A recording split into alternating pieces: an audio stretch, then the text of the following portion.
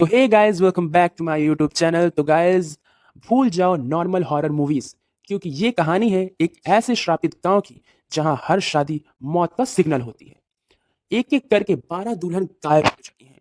और अब अगला नंबर किसका है? आज हम डिकोड करने वाले हैं भूत बंगला की पूरी मिस्ट्री। इन तक देखना, क्योंकि लास्ट ट्विस्ट आपका दिमाग हिला देगा। तो कहानी स्टार्ट होती है। रात का वक्त था, लगभग 1 बजे। तेज बारिश हो रही थी, बिजली चमक रही थी और एक सुनसान रेलवे स्टेशन पर 4 दोस्त अपनी ट्रेन का इंतजार कर रहे थे। उन्हें मंगलपुर जाना था, एक शादी अटेंड करने के लिए।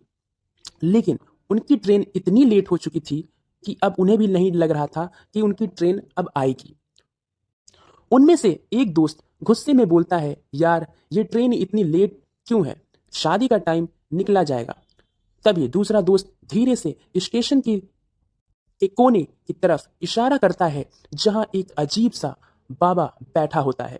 सफेद दाढ़ी, भीगी हुई कंबल और आंखों में इतनी गहरी जैसे वो कुछ कहना चाह रहा हो।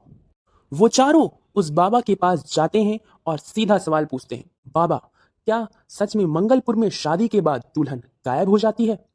बाबा कुछ देर तक उन्हें देखते रहते हैं, फिर हल्की सी मुस्कुराहट के साथ कहते हैं, सच सुनना थोड़ा मुश्किल होगा, लेकिन अब मैं मंगलपुर की कहानी तुम लोगों को बताता हूँ। कई साल पहले एक बड़ा परिवार शादी के बाद दुल्हन को लेकर लखनऊ एयरपोर्ट जा रहा था। सब कुछ नॉर्मल था, शादी में हंसी मजाक चल रहा था। लेकिन अचानक तेज तूफान आ जाता है। मेन रोड पर एक बड़ा पेड़ गिर जाता है और ड्राइवर मजबूर हो जाता है रोड चेंज करने के लिए। वो रोड मंगलपुर के जंगल से जाता है। ड्राइवर तुरंत मना करता है और कहता है, साहिब उस रास्ते पर जाना ठीक नहीं है। वहां लोग कहते हैं एक राक्षस रहता है और नई दुल्हन को उठा ले जाता है। लेकिन परिवार उसकी बात को मजाक समझकर इग्नोर कर देता है, क्योंकि उन्हें अपनी फ्लाइट जल्दी पकड़नी होती है। बस जंगल के बीच पहुंचती है और अचानक उसका टायर पंचर हो जाता है। सब लोग नीचे उतरते हैं। अंधेरा तेज, बारिश तेज होती है और चारों तरफ एक अजीब से सन्नाटा होता है। तभी जंगल के अंधेरे से एक आवाज आती है। फिर एक नया साया दिखाई देता है, जो धीरे धीरे वो साया एक डरावने प्राणी में बदल जाता है। ना पूरा इंसान और ना पूरा जानवर। वो बिना किसी वार्निंग के सब पर हमला कर देता है। एक एक करके सब लोग मारे जाते हैं, दूल्हा भी मारा जाता है और फिर वो प्राणी दुल्हन को उठाकर गायब हो जाता है अंधेरे में। मंगलपुर गांव के सबसे बड़े नाम थे दुष्यंत सिंह महाराज। यह अमीर और पावरफुल आदमी, लेकिन एक दिन पूर्णिमा के बाद वो अचानक अपने कमरे में बंद हो जाते हैं। 40 दिन तक कोई उन्हें नहीं देखता, ना कोई आवाज और फिर अचानक उनकी मौत की खबर आ जाती है। लेकिन अजीब बात तो यह है कि किसी ने उनकी लाश तक भी नहीं देखी है। अब कहानी लंदन शिफ्ट होती है, जहां हम मिलते हैं अर्जुन आचार्य से, उसकी छोटी बहन मीरा से और उनके फादर डॉक्टर वासुदेव से। मीरा की शादी राहुल नाम के लड़के से फिक्स होती है, जो इंडिया में रहता है, इसलिए शादी इंडिया में होने वाली होती है।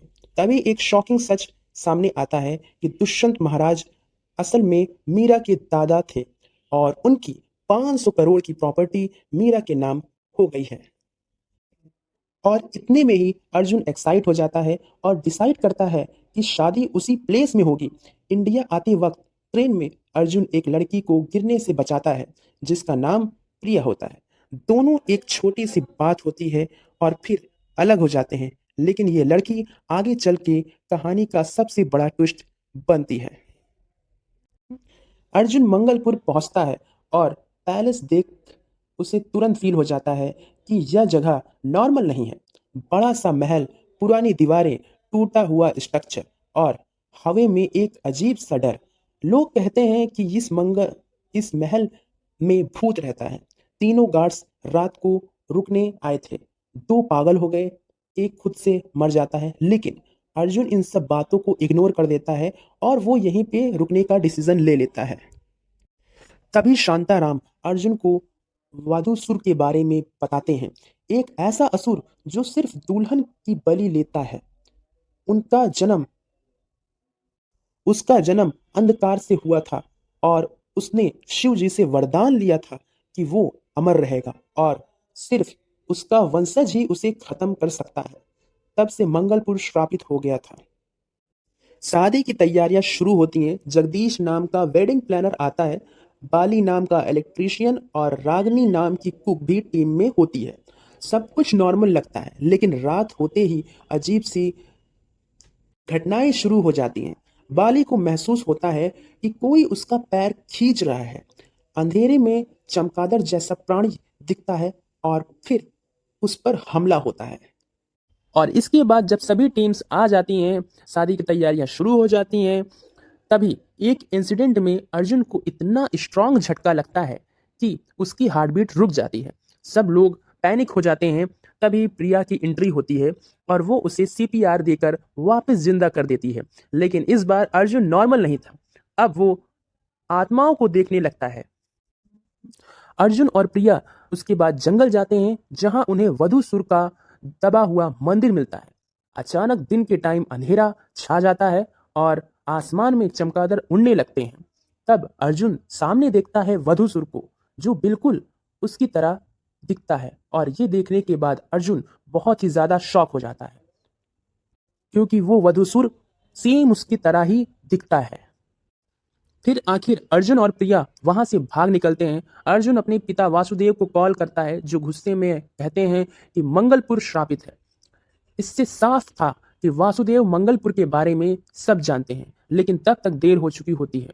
मीरा और राहुल मंगलपुर में दोनों की शादी होने वाली होती है। वासुदेव कहते हैं वो भी आएंगे। वासुदेव अर्जुन को गंगा पार करके गुरु गोपाल दास जी के आश्रम भेजते हैं, जहां वो एक वरिष्ठ पुरोहित से बात करता है। पुरोहित बोलते हैं कि वधूसुर की कहानी सच है और वो 13 दुल्हन की बलि लेना चाहता है। लेकिन अर्जुन के परिवार में कई सदियों से वधूसुर को जिंदा नहीं होने दिया। दुष्यंत महाराज भी यही कहते थे। पुरोहित कहते हैं कि वधूसुर शायद अब जिंदा कभी भी नहीं होगा, इसलिए मीरा की शादी अब सुरक्षित है और आप शादी कर सकते हैं। लेकिन सोचने वाली बात यह है कि मीरा की बहन क्यों गायब हुई और उसे किसने उठाया। पुरोहित अब राम मोहन को भेजते हैं। राम मोहन अर्जुन के साथ जाते हैं और उस महल के अंदर अपने यंत्र के जरिए वहां पर अपना पूरा कवच लगाकर वहां पर अपना मंत्र पढ़ते हैं। तभी उनको एक ऐसी चमक दिखती है, वो घबरा जाते हैं। उसके बाद अर्जुन और मोहन दोनों ही मिलकर जाते हैं पुरोहित जी को ये बात बताने, और रास्ते में इतना बड़ा तूफान आ जाता है कि रास्ते में इन दोनों की कार खराब हो जाती है। और जब वो तभी पीछे से राम मोहन की मौत हो जाती है जंगल में। और उसके बाद बचता है अर्जुन, जो कि टेंपल के अंदर जाके छिप जाता है। उसके बाद अर्जुन वापस अपने महल लौटता है, जिस महल में वो रहता था। उस महल में रात को वधूसुर फिर से हमला उसके ऊपर करता है और उस हमले में वो बचता है बार बार। क्यों? क्योंकि वहां पर लाइट नहीं होती है, और जहां पर लाइट नहीं होगी वहां पे वधूसुर नहीं होगा। वो अपनी फोन की लाइट और टीवी की लाइट और फ्रिज की लाइट, इन सब से वो बचता है वधूसुर से। वो पूजा वाले कमरे में जाकर ताला तोड़ने की कोशिश करता है। अर्जुन हथौड़े से ही उस ताले को तोड़ता ही रहता है, लेकिन वो ताला नहीं टूटता। उसका हथौड़ा उसके हाथ से कहीं और जा गिरता है और अर्जुन जल्दी से भागकर अपनी कार के अंदर बैठ जाता है लाइट जलाकर, और पूरी रात वो उस कार के अंदर रहता है। और सुबह जब हो जाती है और वो अपने कार से जब बाहर निकलता है, तो वधूसुर से लड़ने के बाद अर्जुन को काफी गहरे जख्म हो जाते हैं, जिसे जगदीश भी नोटिस करता है। और उसके बाद अर्जुन डर के मारा अपनी सारी बातें, जो उसके साथ सारे हादसे हुए हैं, वो अपने पिता को वासुदेव को बताता है। और इसके बाद अर्जुन और जगदीश दोनों ये तय करते हैं कि शादी यहाँ पे नहीं होगी। अर्जुन मीरा को झूठ बोलता है कि इस महल में तूफान और कीचड़ आ गया है और इसलिए हम शादी को यहाँ पे नहीं कर सकते, हमें शादी को कहीं और करना चाहिए। तभी मीरा और राहुल सब लोग महल पहुंच जाते हैं और वैसे ही वासुदेव भी आ जाते हैं।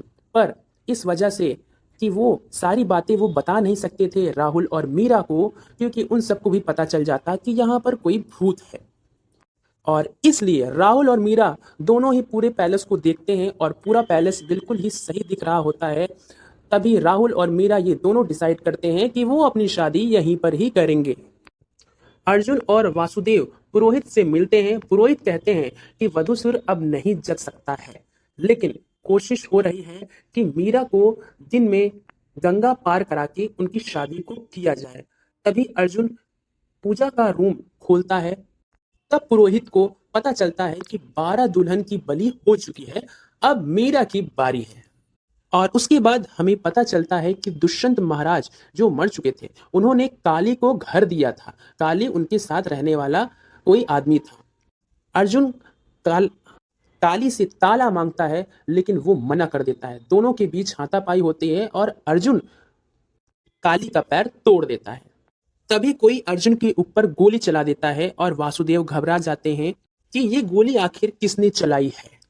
और तब हमें पता चलता है जो दुष्यंत महाराज हैं, जो हमने स्टार्टिंग में बात की थी, वो मरे नहीं हैं, वो जिंदा हैं और ये गोली दुष्यंत महाराज ने अर्जुन के ऊपर चलाई हुई है। वो कहते हैं कि अर्जुन को यहाँ से लेकर जाओ और उसके बाद वो कुछ नहीं बोलते। और अब हमें पता चलता है कि जो दुष्यंत महाराज थे, वो ये सारी चीजें वही कर रहे थे। यही सब उनका प्लान था कि मीरा वापस आए और 13वीं बलि वो दे। 12 बलि तो हो चुकी है और 13वीं जो बलि होगी वो मीरा की होगी, मतलब अर्जुन की बहन की। वो गांव में झूठ पहली बोलते थे कि अब शादी हो सकती है, वधूसुर खत्म हो चुका है, लेकिन जबकि वधूसुर जिंदा है और सभी गांव वाले इस पर विश्वास नहीं करते थे और वो कभी भी अपनी बेटियों की शादी मंगलपुर में नहीं करना चाहते थे। दुष्यंत महाराज ने ये पूरा प्लान अपने बेटे माधव को बचाने के लिए किया है। और यही नहीं, दुष्यंत महाराज ही वधूसुर को जगाने के लिए 13 बलि देने के लिए कोशिश कर रहे हैं। वो कहते हैं कि उन्हें शादी का डर था, इसलिए उन्होंने मरने का नाटक किया और समाप्ति मीरा को दे दी ताकि मीरा की शादी हो, मीरा 13वीं बलि बने, वधूसुर आजाद हो और माधवा को भी आजादी मिल सके। अब ये बता देना चाहता हूं मैं कि माधवा जो है वो वधूसुर के पोजीशन में था। वही चमगादड़ जैसे आदमी बनकर इधर उधर घूमकर सभी दुल्हन को उठा रहा था।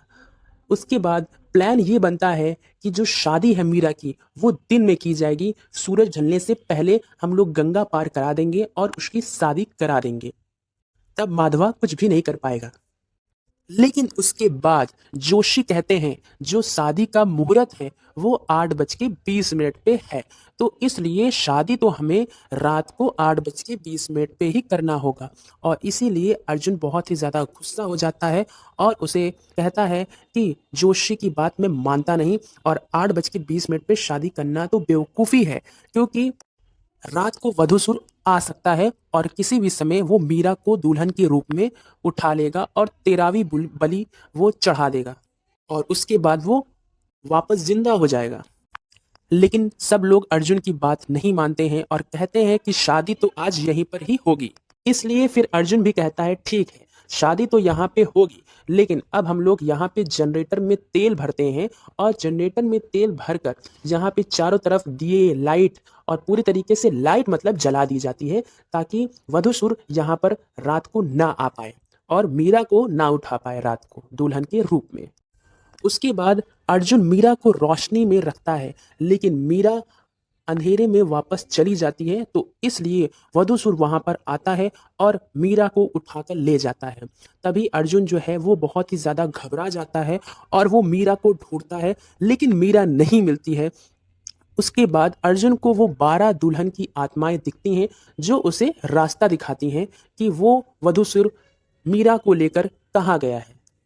अर्जुन मंदिर पहुंचता है जहां दुष्यंत रिचुअल कर रहा होता है। महादेव भी वहां पे होता है, आई मीन्स माधवा भी वहां पर होता है और 12 दुल्हन की बलि हो चुकी होती है, मीरा का भी नंबर लगने वाला होता है। उसके बाद सभी लोग वहां पे पहुंच जाते हैं और अर्जुन भी वहां पर पहुंच जाता है। फिर उसके बाद अर्जुन और महादेव के बीच, अरे यार मेरा मतलब महादेव नहीं, माधवा माधवा ठीक, तो माधवा और अर्जुन के बीच घमासान युद्ध होता है और युद्ध में अर्जुन जो है वो एक भाला लेकर माधवा को मार देता है, लेकिन माधवा को इससे कोई भी परेशानी या दिक्कत नहीं होती उस भाले से। और उसके बाद अर्जुन बेहोश हो जाता है और उसके बाद दशरथ महाराज आग में मंगलसूत्र डालते हैं। तभी वधूसुर धीरे धीरे जागने लगता है। तब पुरोहित और वासुदेव दोनों ही साथ में यंत्र पढ़ते हैं और पूरे ही यंत्र को सही कर देते हैं। मंत्र सही हो जाती है और विधि रुक जाती है। अर्जुन होश में आता है और उसके बाद माधवा मीरा को मारने के लिए बढ़ता है। तभी अर्जुन वृक्ष की बिजली से उंगली से माधवा को मार देता है। फिर उसके बाद अर्जुन दुष्यंत महाराज के ऊपर भी कुल्हाड़ी से वार करता है और वो कुल्हाड़ी से मर जाता है। और इस तरह वधूसुर हमेशा के लिए खत्म हो जाता है, क्योंकि माधवा का बेटा अर्जुन ही है, जो कि अर्जुन की तरह सेम माधवा भी दिखता है। अर्जुन वासुदेव का बेटा नहीं, वो महादेव का माधवा का बेटा है अर्जुन। अर्जुन वासुदेव का बेटा नहीं है, इसलिए वो दोनों ही सेम दिखते हैं। इसलिए वधूसुर हमेशा के लिए खत्म होता है, क्योंकि उसे एक श्राप भी मिला था कि वो हमेशा अमर रहेगा, लेकिन अगर उसके वंशज में उसे कोई मार देता है तो वो हमेशा के लिए खत्म हो जाएगा। 2 पूर्णिमा बाकी थी, लेकिन अब वधूसुर कभी दोबारा नहीं जग पाएगा। उसके बाद अर्जुन और मीरा भागते हुए दोनों मलबे में गिर जाते हैं और तभी वासुदेव और पुरोहित दोनों मिलकर उन दोनों को बाहर निकालते हैं। मीरा बहुत ही ज़्यादा कंफ्यूज होती है कि वो अचानक यहाँ पर कैसे आ गई। तभी अर्जुन उसे बताता है कि मीरा, तुम महल में वहाँ अंधेरे में चली गई और वधूसुर वहाँ पर आया और वो तुमको अंधेरे से उठाकर यहाँ पे लाया। और इसके बाद शादी तो हो चुकी होती है और सुबह विदाई होती है। और उसके बाद जो अर्जुन है वो प्रिया से मिलता है और प्रिया को प्रपोज करता है कि देखो प्रिया, तुमने मुझसे बोला था कि बहन की शादी के बाद हम इसके बारे में बात करेंगे। और अर्जुन प्रिया से मिलता है और ये दोनों ही आपस में बात करते हैं। तभी प्रिया कहती है कि मैं तुम्हारे साथ तो कभी मिली ही नहीं।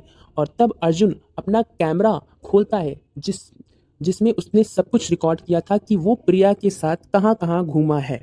और उसमें वो कैमरे में जब रिकॉर्डिंग को देखता है तो देखने के बाद उसे अर्जुन को पता चलता है कि जिसके साथ वो प्रिया के साथ घूम रहा था वो कोई और नहीं, वो एक आत्मा है, प्रिया की बहन की आत्मा। वो प्रिया की बहन की आत्मा के साथ नाच रहा था और वहाँ पर वो अकेले ही घूम रहा था। वो आत्मा भी रिकॉर्डिंग में नहीं दिख रही थी।